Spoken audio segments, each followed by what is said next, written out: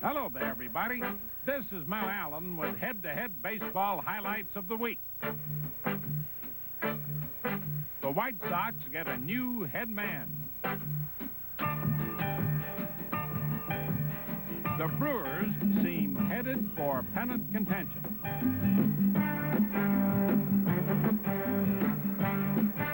The Reds try to head off the Dodgers.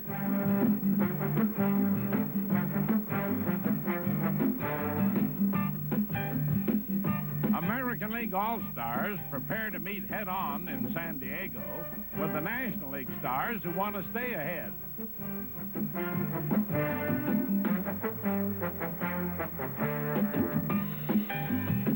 And Willie McCovey hits career homer number 500, and you can bet he's headed for the Hall of Fame. Headlines and highlights coming up on This Week in Baseball.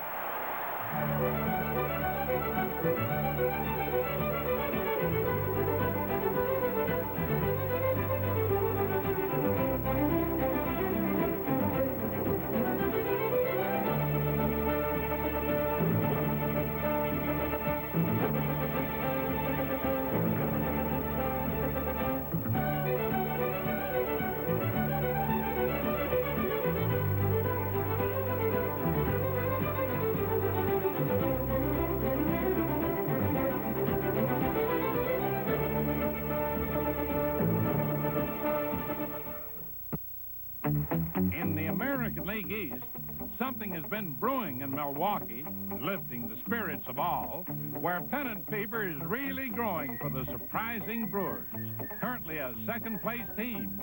Of course, they're still a long way back from Boston, but lately the Brewers have been gaining ground and momentum, playing some inspired baseball.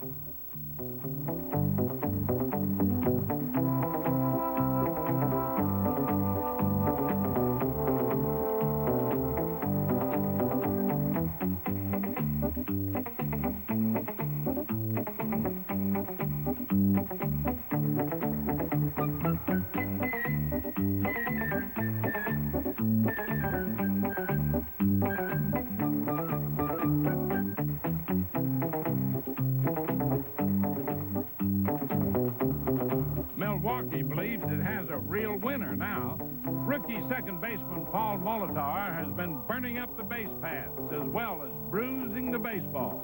And all the Brewers are just bustling with hustling.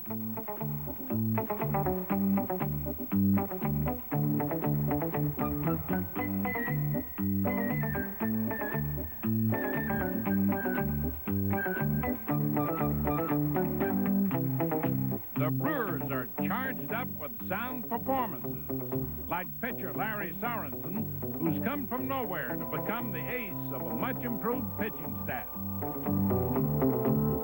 And Larry Heisel, the man Milwaukee put its money on, is back from injury and hitting the long ones.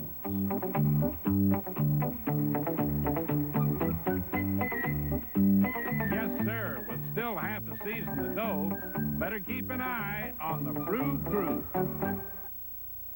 Meanwhile, on the balmy Canadian shores of Lake Ontario, Toronto fans at Exhibition Stadium were treated to an exciting exhibition by their Blue Jays against the Baltimore Orioles. From the viewpoint of Earl Weaver and his strong pitching staff, this outburst was strictly for the Birds. The Birds, in this case, being the Blue Jays, who knocked the Orioles right off their feet. Toronto opened the series by clobbering Baltimore 24-10. John Mayberry driving home 7 runs. Now Rico Carty and the rest of the Blue Jays were out to prove that that game was no fluke, and Blue Jay bats plays to a doubleheader sweep.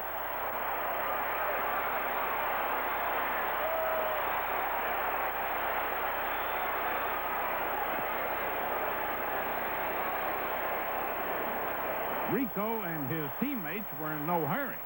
They'd just take it slow and give everyone time to count up all those hits and runs.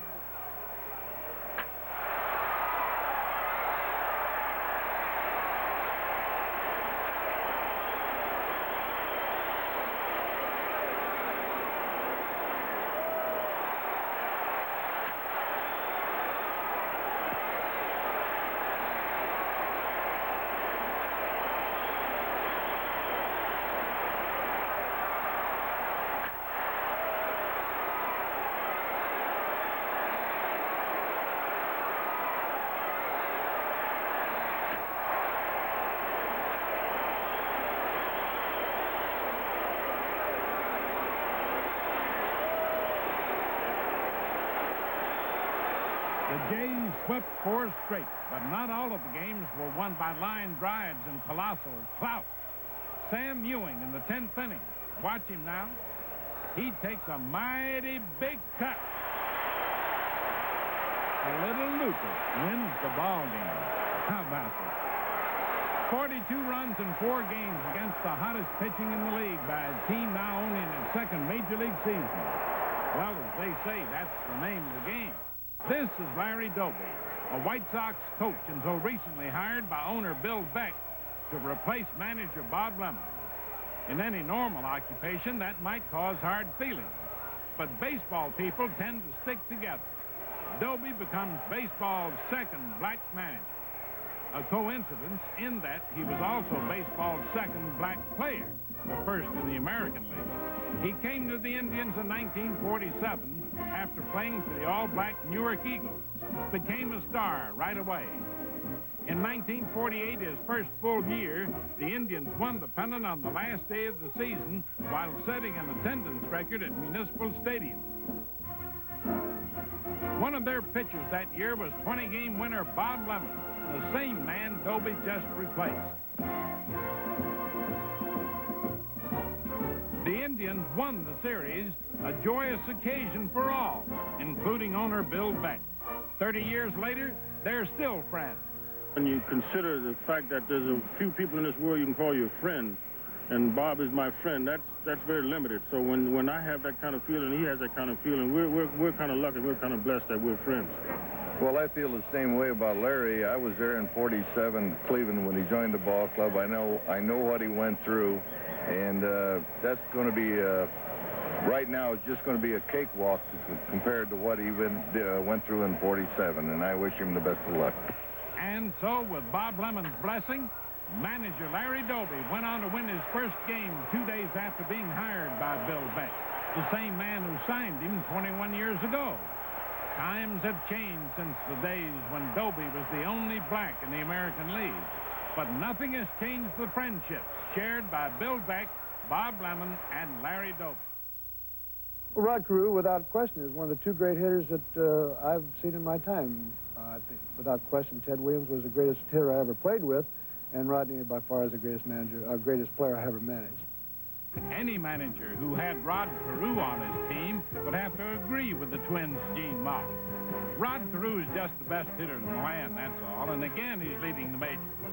The Twins' first baseman is the #1 vote-getter in this year's All-Star balloting. He'll be there Tuesday night in San Diego with an American League squad which hopes to win its first All-Star game since 1971. And for the 3rd year in a row, Kansas City's George Brett will be at third base, the only American leaguer to edge out Carew for a batting title in the last 6 years. Brett separated his shoulder early in the season, but recovered quickly and is on his way to another strong year.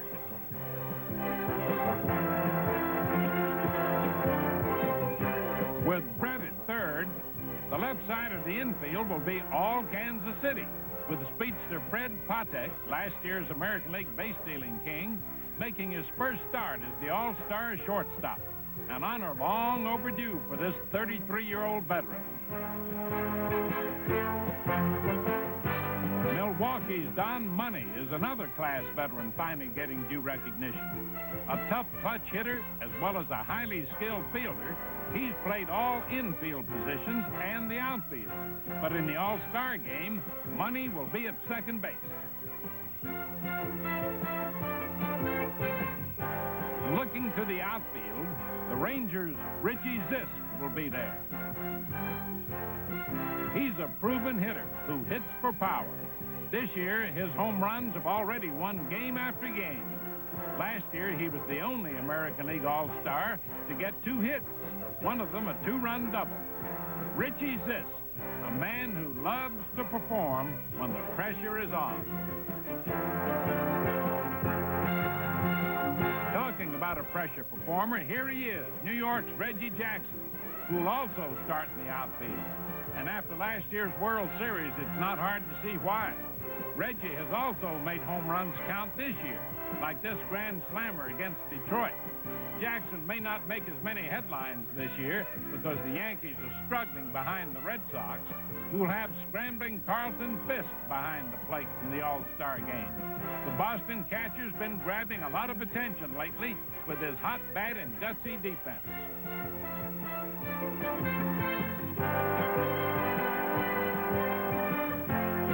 But when it really comes to grabbing attention, no one has done it this season like Boston outfielder Jim Rice, whose potential is awesome. As far as my career-wise, I really can't say. I don't know what I can do and what I can't do as far as learning the game. Every year you have a tendency of learning. Your scrimmage keeper have 18 years and have a tendency of learning something new every day. This is what I want to do. I want to learn every day. I want to work hard, which I'm doing now. And I feel like the only way you can better yourself is to go out and work and try to improve every year. If Rice keeps improving at his present rate, he'll leave every other slugger in baseball far behind. The Red Sox are currently leading the Eastern Division far behind, and more than anyone else, they can thank Jim Rice, who easily leads the majors in homers and RBIs. And now fans will see if Rice and American League teammates can stop their all-star jinx. But if they do, they'll have to beat veteran National Leaguers like third baseman Pete Rose, who still plays with the exuberance of a rookie. Take a look at Pete, and as hard as he works, he hasn't got that 36-year-old body that everybody says as far as his age is concerned. If you look at Pete, he's got a 25, 26-year-old body, and he works at it. He works hard out here. He's always doing something. He's running, he's throwing, he's hitting, he's in that cage. He's always doing something. He just still loves to play the game, and I think that's the big secret of Pete. Obviously, fans have loved to watch Pete play for quite a while, since this will be his 11th All-Star appearance. Earlier this year, Rose became the 13th player in history to collect 3,000 base hits, and is one of 3 Cincinnati players who have dominated the All-Star Game for close to a decade. This will be Joe Morgan's 8th All-Star Game. Morgan also set a record this year, 91 consecutive games at second base without an error, though he almost missed that record with this play. Catcher Johnny Bench has never missed an All-Star Game since his Major League career began 11 years ago. John was hospitalized with back problems recently, but he's back in uniform now and should be ready to give his best in the All-Star Game.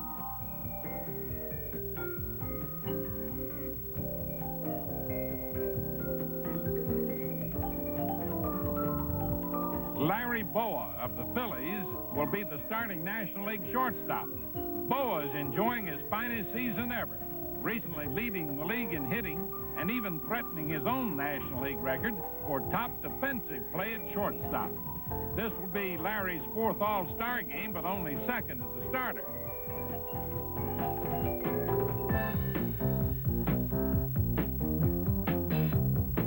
In the outfield, the Dodgers' Rick Mundy returns to the Dream Game for the first time in 10 years, and the first time as a National Leaguer. Slowed by an injury in '76, Mundy got off to a tremendous start this year and carried the Dodgers through the early stages.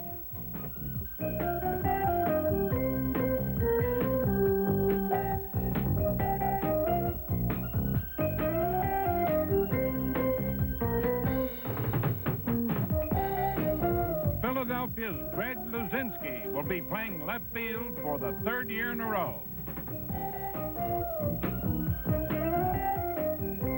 The Bulls' batting average is way down this season, but once again, he's among the league leaders in homers and RBIs. Cincinnati's George Foster makes his 3rd straight start. Shooting for another home run title, his bat can put runs on the board, and his glove can help keep them off.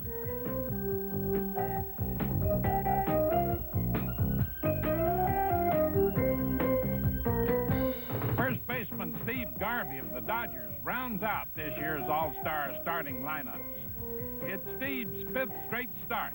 In his previous 4, he batted .462. Although the National League has won 14 of the last 15 games, Steve Garvey feels you can always do better. There's always room for improvement. I haven't batted 1,000 yet or driven in a run every time I've gone up there. So I'm always striving to have that perfect day, day after day. And I think if you have this type of incentive and enthusiasm and the willingness to give 100% every day throughout a long, hot season, then I think you're going to improve consistently, and that's what I want to do. I want to still be improving that last year that I've... On Tuesday night, baseball fans will be welcomed to this lovely setting, San Diego Stadium, home of the Padres, and the site of this year's Major League All-Star Game.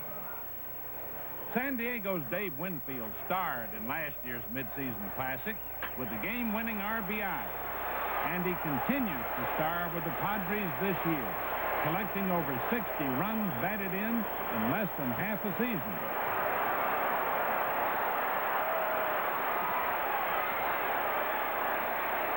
Padre relief ace Raleigh Fingers has been selected to this year's National League All-Star pitching staff. And the more Fingers pitches, the better he seems to get. His 35 saves led the majors last year, and now he leads again with close to 20.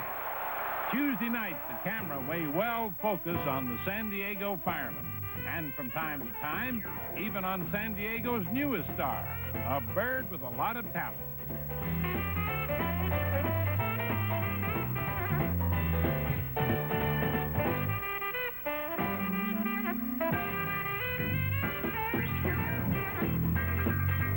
Everywhere you look in the ballpark, it's still foul territory.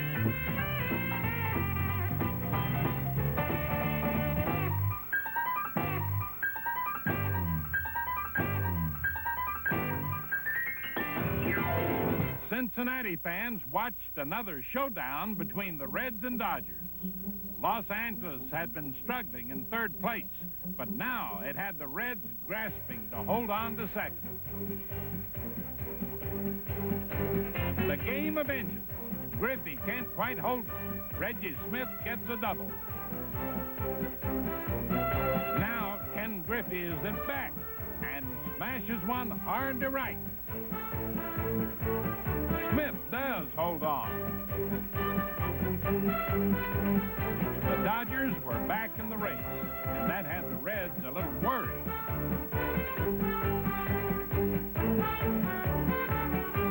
They went for their ace, Tom Seaver, who pitched a fine game until he was measured perfectly by Steve Garvey. There it is, and it's gone. Garvey's blast sent uneasy murmurs throughout Riverfront Stadium. It was the Reds' 6th loss in a row.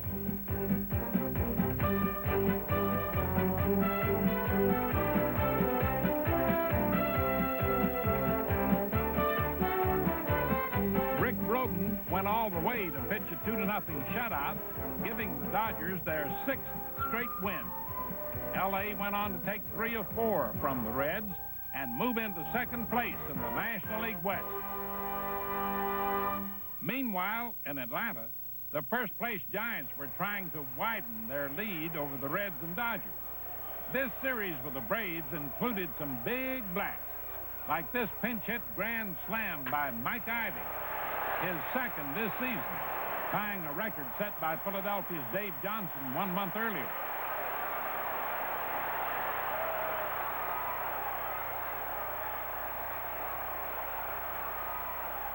Everybody was hitting the long ball in this series.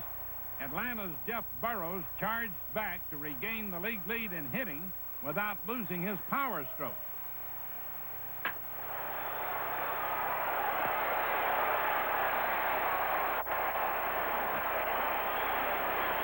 The Giants' Jack Clark hit 5 homers in 3 days.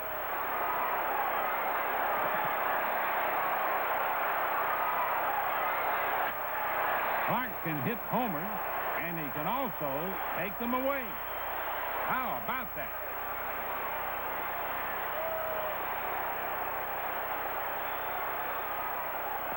Dale Murphy lost that one. Perhaps Murphy's law applies in baseball, too. But the next time up, Dale simply hit it a little farther with the bases loaded. Another grand slam. The Braves' power attack took 3 of 4 from the Giants. But years from now, all of that may be forgotten for this, the 500th career home run for Willie McCovey, earning him this week's Gillette Special. McCovey is only the 12th man in history to hit 500, and no other players likely to reach that milestone for at least 7 years. Congratulations, Willie. And that's it for this week. Hope to see you next week, folks, on This Week in Baseball.